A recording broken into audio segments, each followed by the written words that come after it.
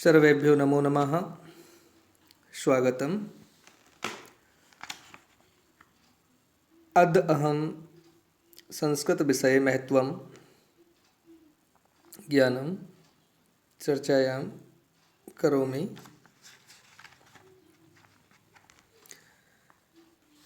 आप सभी छात्रों का संस्कृत भाषा की क्लास में स्वागत है। और सबसे पहले मैं संस्कृत भाषा के बारे में कुछ बात करना चाहूँगा। प्रिय विद्यार्थियों, संस्कृत भाषा को देववाणी कहलाने का गौरव प्राप्त है। यह अत्यंत सरल, मधुर, दिव्य, विशुद्ध तथा परिष्कृत भाषा है। मतलब संस्कृत भाषा के लिए जो विशेषण शब्द यूज किए हैं उनमें आप देख रहे हैं सरल, मधुर, दिव्य, विशुद्ध तथा परिष्कृत भाषा है। इसका ज्ञान प्राचीन भारतीय संस्कृति को अक्षुण्ण बनाए रखने के लिए परम अनिवार्य, महत्वपूर्ण तथा उपयोगी है। मतलब संस्कृत भाषा से भारतीय संस्कृति यानी इंडियन जो कल्चर है ना, वो एकदम से उसको सुरक्षित रखने के लिए इसका ज्ञान परम अनिवार्य, कंपलसरी माना है और महत्वपूर्ण और उपयोगी माना है। ये हम सभी जानते हैं कि विश्व की अधिकांश भाषाओं की उत्पत्ति संस्कृत से हुई है और यह इसके गौरव का विषय माना जाता है। भाषा निरंतर प्रगतिशील होती है, भाषा का विकास होता है। इस तरह से हमारी जो संस्कृत भाषा है, प्राचीन समय में इस भाषा को वैदिक संस्कृत और वर्तमान संस्कृत को लौकिक संस्कृत के नाम से हम समझते हैं। आप सभी जानते हैं कि भाषा एक ऐसा साधन है जिसके माध्यम से हम अपनी बात को दूसरों के सम्मुख प्रस्तुत कर सकते हैं, किंतु वह माध्यम प्रभावशाली तो होना चाहिए।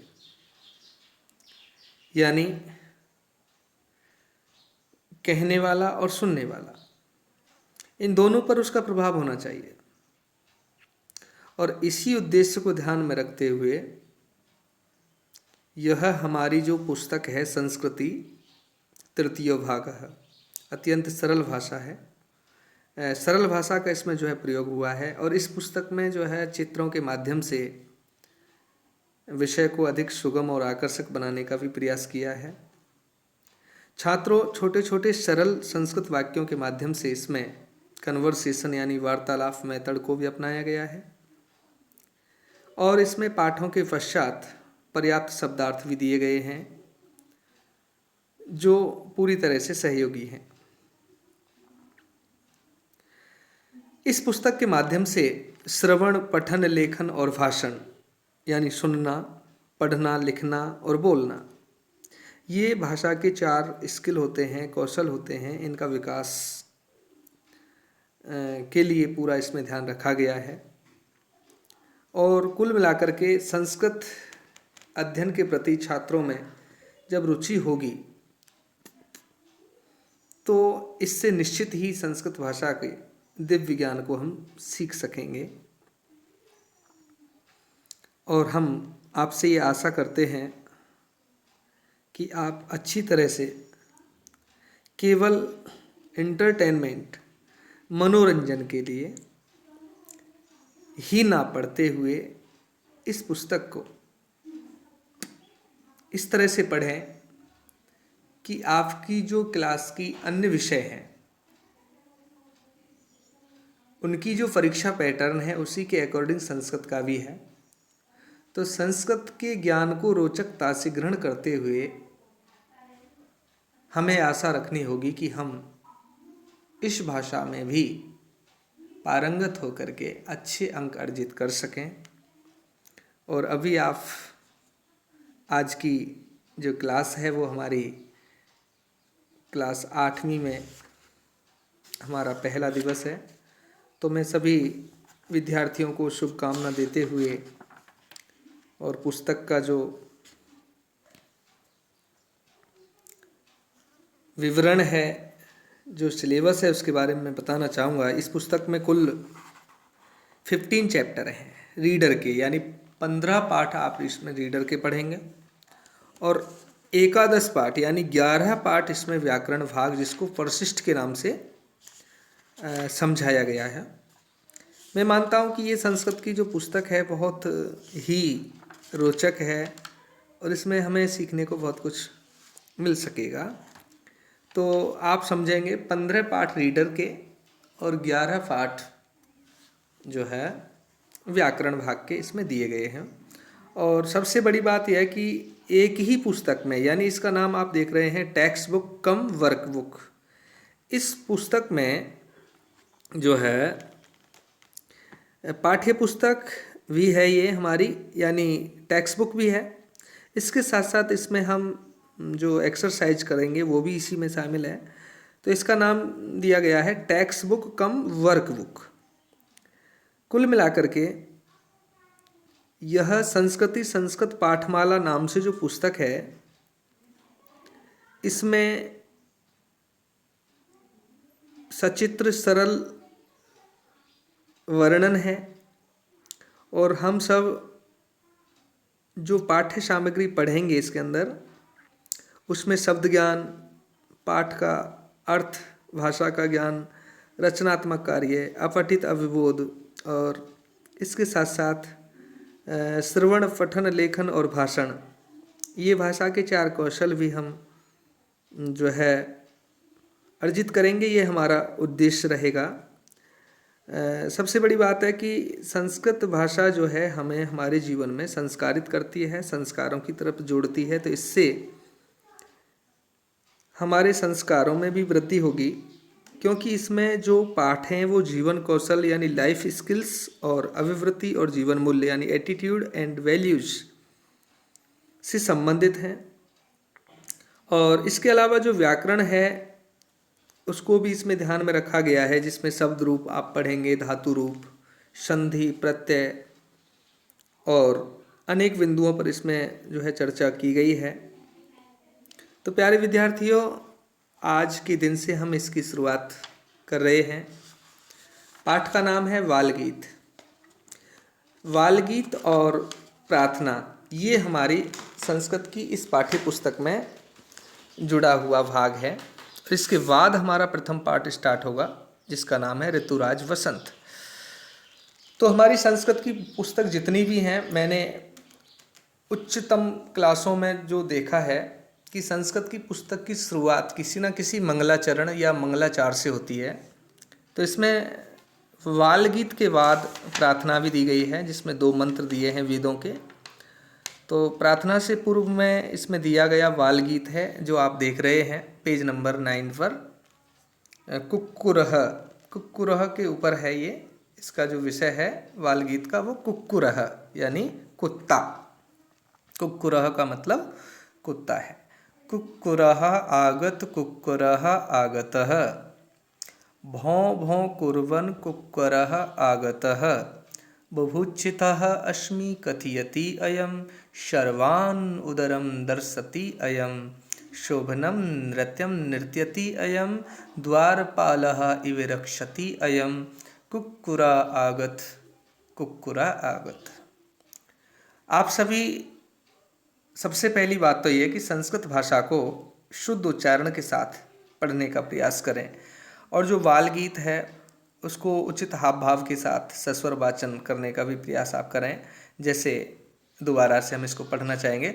कुक्कुरः आगत कुक्कुरः आगत, भौं भौं कुर्वन् कुक्कुरः आगत, बुभुक्षिता अस्मि कथयति अयं, शर्वान् उदरं दर्शति अयं, शोभनं नृत्यं नृत्यति अयं, द्वारपालः इव रक्षति अयं, कुक्कुरा आगतः कुक्कुरा आगतः। यानी कुत्ता आता है, कुत्ता आता है। भौं भौं कुर्वन् कुक्कुर आगत, यानी भौं भौं की आवाज़ करते हुए कुत्ता आता है। बुभुक्षिता अस्मि, बुभुक्षित मतलब भूखा हूँ, भूखा, अस्मि माने हूँ, कथयति माने कहता है, अयम माने यह, भूखा हूँ इस तरह कहता है। शर्वान उदरम दर्शयति अयम, सभी के पेट, उदरम माने पेट को, दर्शयति माने देखता है, यह सभी के पेट को देखता है। शोभनम नृत्यम नृत्यति अयम। यह शोभनम माने बहुत अच्छा नृत्य करता है, और द्वारपालः इति रक्षति अयम, और द्वारपाल यानी दरवाजे का रक्षक बनकर या द्वारपाल की ही तरह ये रक्षा करता है। इव माने ही, रक्षति माने रक्षा करता है, अयम माने यह द्वारपाल की तरह ही रक्षा करता है। कुक्कुरा आगतः कुक्कुरा आगता, यानी कुत्ता आता है कुत्ता आता है। इस तरह से ये बाल गीत इसमें दिया हुआ है। काफ़ी जो बच्चे हैं वो इस तरह के बाल गीतों को याद रखते हैं। और अब हम देख रहे हैं आज प्रार्थना को। सबसे पहले इसमें गायत्री मंत्र दिया गया है, गायत्री मंत्र। तो गायत्री मंत्र को उच्चारण तो आप सभी जानते ही होंगे, शायद हमारी क्लास के कुछ बच्चों को याद भी होगा। इसका भी हम सस्वर वाचन करेंगे। मंत्र को पढ़ने की भी एक विधि होती है, और मंत्र अशुद्ध नहीं होना चाहिए उसका वाचन, क्योंकि अशुद्ध वाचन से मंत्र का अर्थ बदल जाता है और वो निरर्थक या फलदायी नहीं होता। इसलिए हम पहला जो श्लोक है इसका वाचन कर रहे हैं। ओम भूर्भुवस्वः तत्सवितुर्वरेण्यं भर्गो देवस्य धीमहि धियो यो नः प्रचोदयात्। ओम भूर्भुवस्वः तत्सवितुर्वरेण्यं भर्गो देवस्य धीमहि धियो यो नः प्रचोदयात्। इस तरह इस मंत्र में दिए गए जो शब्द हैं उनकी विस्तृत व्याख्या बहुत बड़ी है, और यहाँ संक्षिप्त में आपको सरल अर्थ दिया जा रहा है। जो सभी प्राणियों को प्राण देने वाला है, सभी दुखों को दूर करने वाला है तथा अनेक प्रकार के सुखों का दाता है, हम उस श्रेष्ठ दीप्तिमान सूर्य देवता का ध्यान करें। वह हमारी बुद्धि को उत्तम कार्यों की ओर प्रेरित करें। ये कामना हमने, ये प्रार्थना हमने सूर्य देवता से इस मंत्र के माध्यम से की है। एक बार फिर देखते हैं। ओम भूर्भुवस्वः तत्सवितुर्वरेण्यं भर्गो देवस्य धीमहि धियो यो नः प्रचोदयात्। इस मंत्र का विस्तृत अर्थ कई पुस्तकों में आप देखेंगे तो यहाँ कहा गया है ओम कौन है।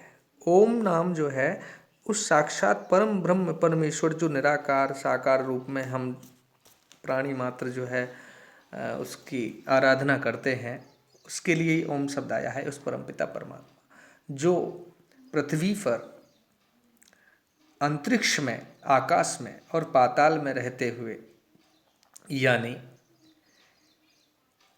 उस निर्विकार परमात्मा के स्वरूप को ही जो है प्रतिष्ठित सूर्य भगवान ने किया है। किसमें? सूर्य भगवान में। तत्सवितुर्वरेण्यम, सवितु शब्द जो है सविता मतलब सूर्य भगवान।